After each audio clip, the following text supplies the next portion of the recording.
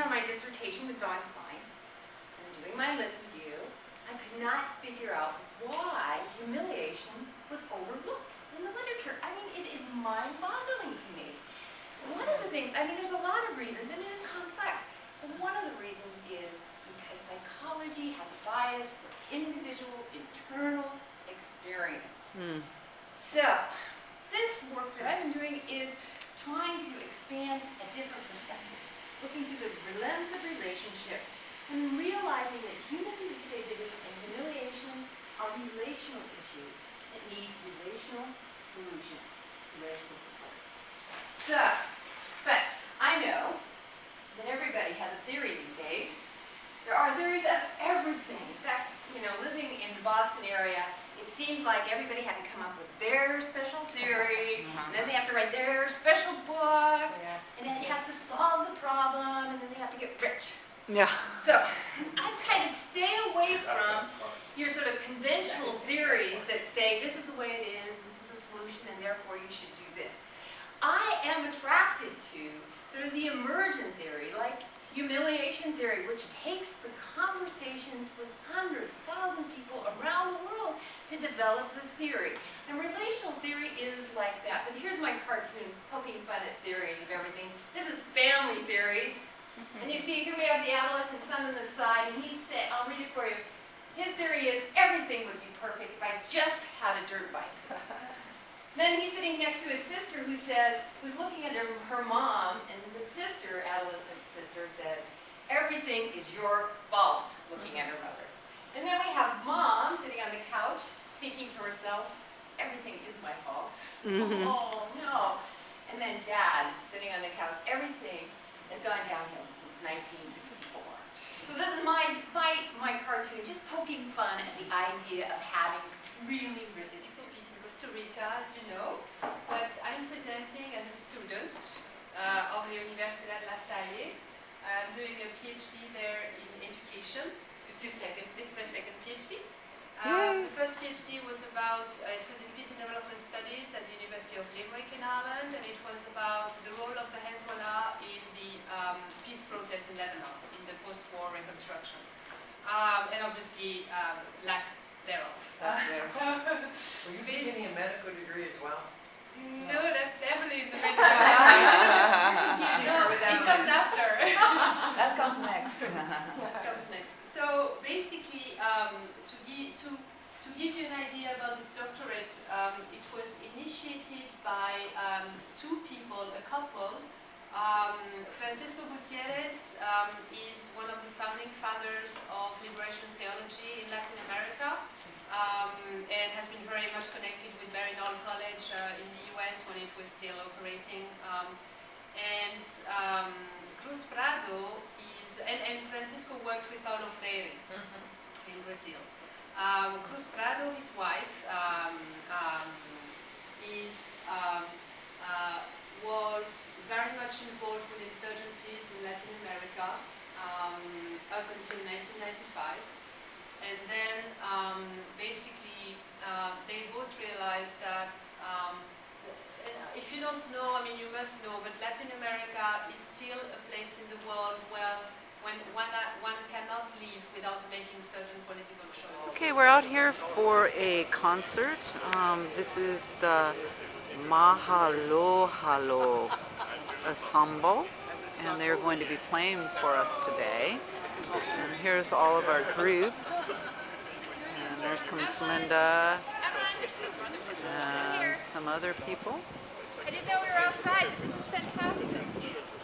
So, we'll get started here shortly. Go. Okay, so this is the Mahalohalo Kolantang Ensemble, and they're rooted in the traditions of Southern Philippine and Malay gong cultures.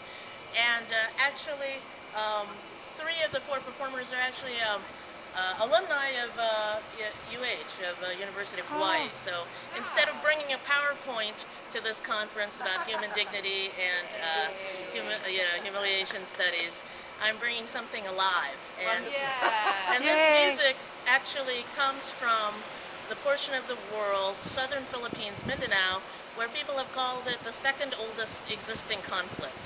Because over 500 years ago, the Spanish, who were colonizing the Philippines, they took over Luzon, they worked their way to the southern Philippines, but they were rebuffed by the Muslims.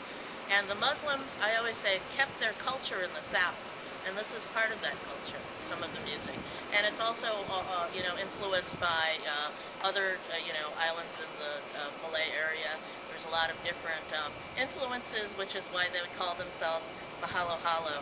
And in Philippines, halo-halo means mix-mix. It's also a dessert filled with ice and fruit. So I think they're quite a treat, but this culture is really amazing because, hundreds of years later, when people want to see, what are the cultural treasures of the Philippines, I really do believe that the South has kept their costuming, they make paper, they're artists, and they've, kept this kind of vibrancy even after hundreds of years of oppression.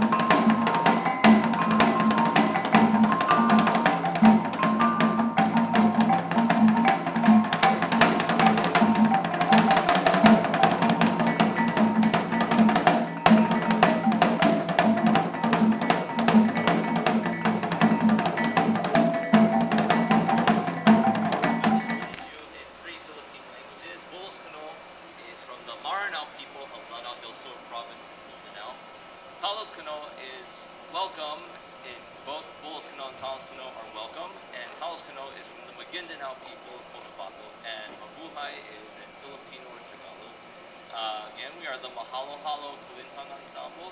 The piece we just played for you is called Kapagonor, and it is a Maranao piece played to welcome important guests to the village because Kulintang music is celebratory music that brings people together.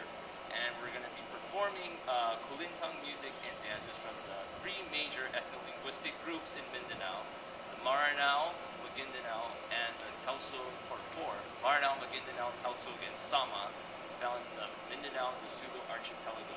So for our next performance, we give you a dance from the Maranao people called Kapagapir. And Kapagapir is an apir or fan dance to entertain guests during a Maranao Kulintang Kalilang performance.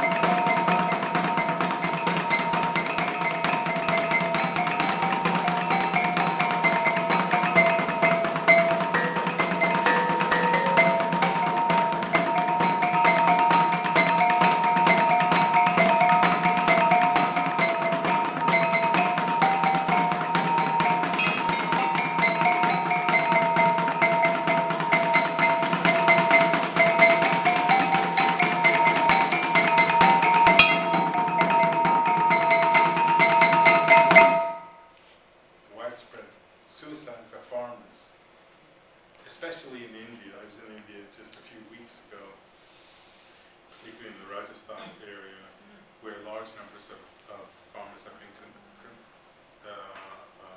committing suicide. It estimated up to around 200,000 so far. This is not just directly food issues. Many of these are cotton farmers, but they're getting into genetically modified seeds and all kinds of things that are not delivering on their promises. These people get deeply into debt, hugely into debt. They can't keep up with it, and they commit suicide, often with pesticides provided by Monsanto. And if you Google on farmer suicides, you'll see it happens not only in India but around the world. You know, I found a recent report about 14 farmers and ranchers in Colorado committing suicide. There's something radically wrong with the system. You know, okay, we're not talking about killing in the sense of murder, direct intentional murder with a sword and gun. But if you want a non-killing society, you know, you need to take this seriously. Just to be sure, my training is in law and education, my history. In my history, in my past, I was a child advocate in the field. I still see myself as a child advocate. You're a lawyer by training, that's the first thing you say. My training in law and education. Though I think most of the cases that people came to me to be their lawyer, did more counseling, they just didn't know it. They didn't know what to do. But that's something that I do, and I teach in the Department of Social Work at Ben Gurion University in Israel. Courses on children's rights, human rights, multiculturalism, ethics, and still involved in social activism, trying to promote children's rights, tackle social exclusion, social justice in Israel. What I want to talk about today is on the child's right to identity, best interest of the child, and human dignity. Now,